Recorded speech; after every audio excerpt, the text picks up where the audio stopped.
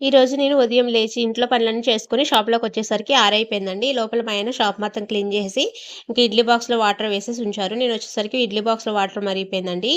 తొందరగా ఇడ్లీ కూడా వేసేసాను. తర్వాత మా ఆయన ఓ పక్కని దోసల పిండి, ఇంకా మైసూర్ బోండాల పిండి కూడా 2 కూడా కలిపేసి పక్కన పెట్టేశారు. ఇంకో పక్కన నేను కర్రీ కూడా వేసేసుకుంటున్నానండి. స్టవ్ మీద కర్రీ ఏసి ఉల్లిపాయలు వేశాను. ఉడుకుతూ ఉండేలోపు, ఈ లోపల నేనైతే ఒక టీ యేసుకొని తాగుతున్నానండి. టీ తాగేసి తర్వాత కర్రీ అయితే వేసేసుకున్నాను. కర్రీ అయిపోయిన తర్వాత ఆ కర్రీ గిన్నె దించేసి స్టవ్ మీద ఆయిల్ గిన్నె అయితే పెట్టేసుకున్నానండి. ఆయిల్ మరుగుతూ ఉంది. ఇంకో పక్కన పూరి పిండి కూడా కలిపేశారు. ఇవాళ గిరాకీ అయితే ఫుల్‌గా ఉందండి. ఇంక పొద్దునుంచి ఇంకా తర్వాత ఇంకేం వీడియోస్ ఏం తీయలేదు.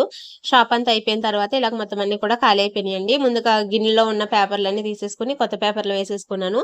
తర్వాత ఖాళీ అయిపోయిన సామాన్లన్నీ కూడా వెనకాల పెట్టేసుకుంటున్నానండి. వెనకాల పెట్టేసుకొని దాని మీద వాటర్ చల్లేసుకుంటే గనక తోముకోవడానికి ఈజీగా ఉంటుంది. అన్నీ అయిపోయిన తర్వాత షాప్ అయితే బంద్ చేస్తున్నామండి. షాప్ బంద్ చేసేసరికి ఇవాళ 11:30 అయింది. 11కి ఇవాళ అన్నీ కూడా కంప్లీట్ అయిపోయినాయి.